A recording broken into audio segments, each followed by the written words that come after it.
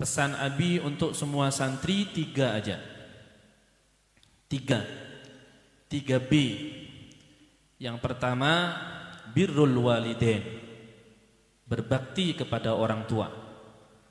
Jadi pesan Abi sama kalian, santri putra maupun santri putri Anwaha, pesan Abi birrul walidain yang pertama.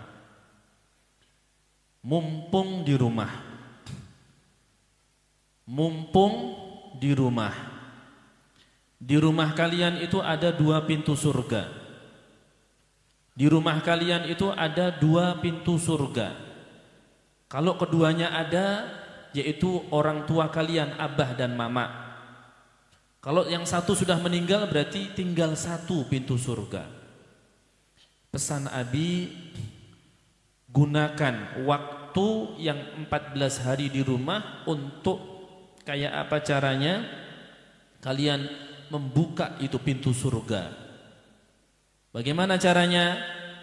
Senangkan hati orang tua kalian, bahagiakan hati orang tua kalian, senangkan, bahagiakan. Dan ini adalah salah satu sesuatu yang sangat menyenangkan hati Abi juga. Abi akan sangat senang, Ummah akan sangat senang ketika melihat kalian itu jadi anak yang berbakti sama orang tua kalian. Itu adalah sesuatu yang sangat membahagiakan.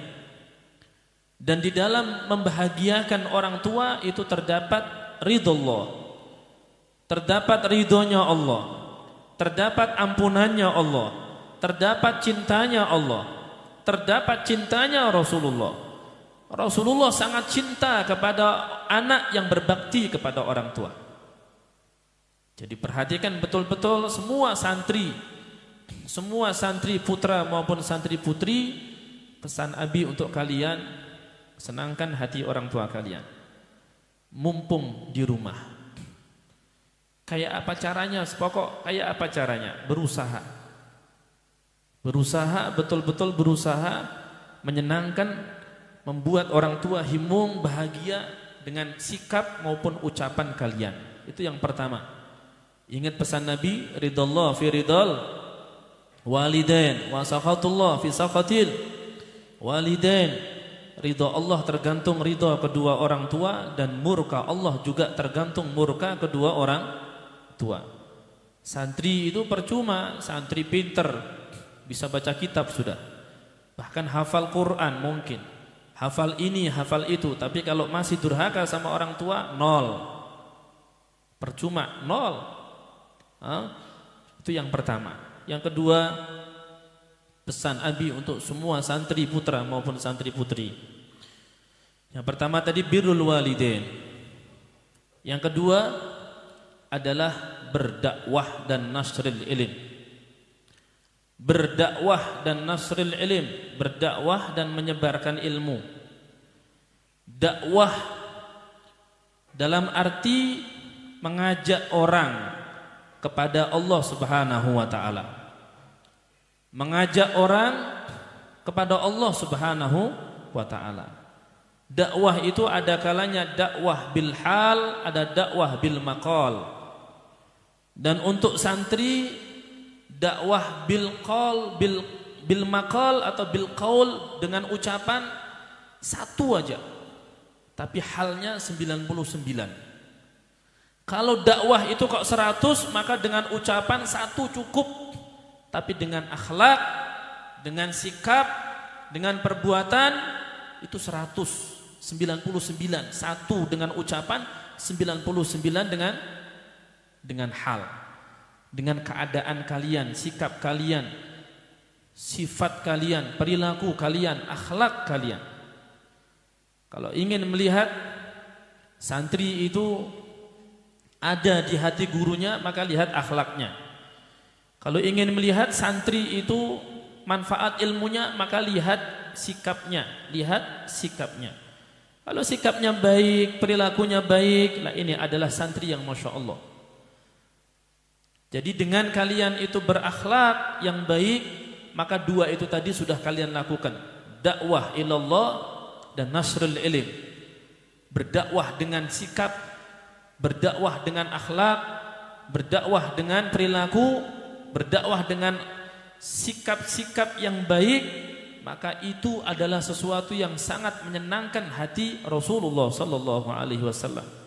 Bahkan tidak ada sesuatu yang lebih membahagiakan Nabi melebihi dakwah sama menyebarkan ilmu. Jadi banin dan banat, niatkan dari sekarang. Selama liburan anak ingin jadi orang yang lebih baik lagi.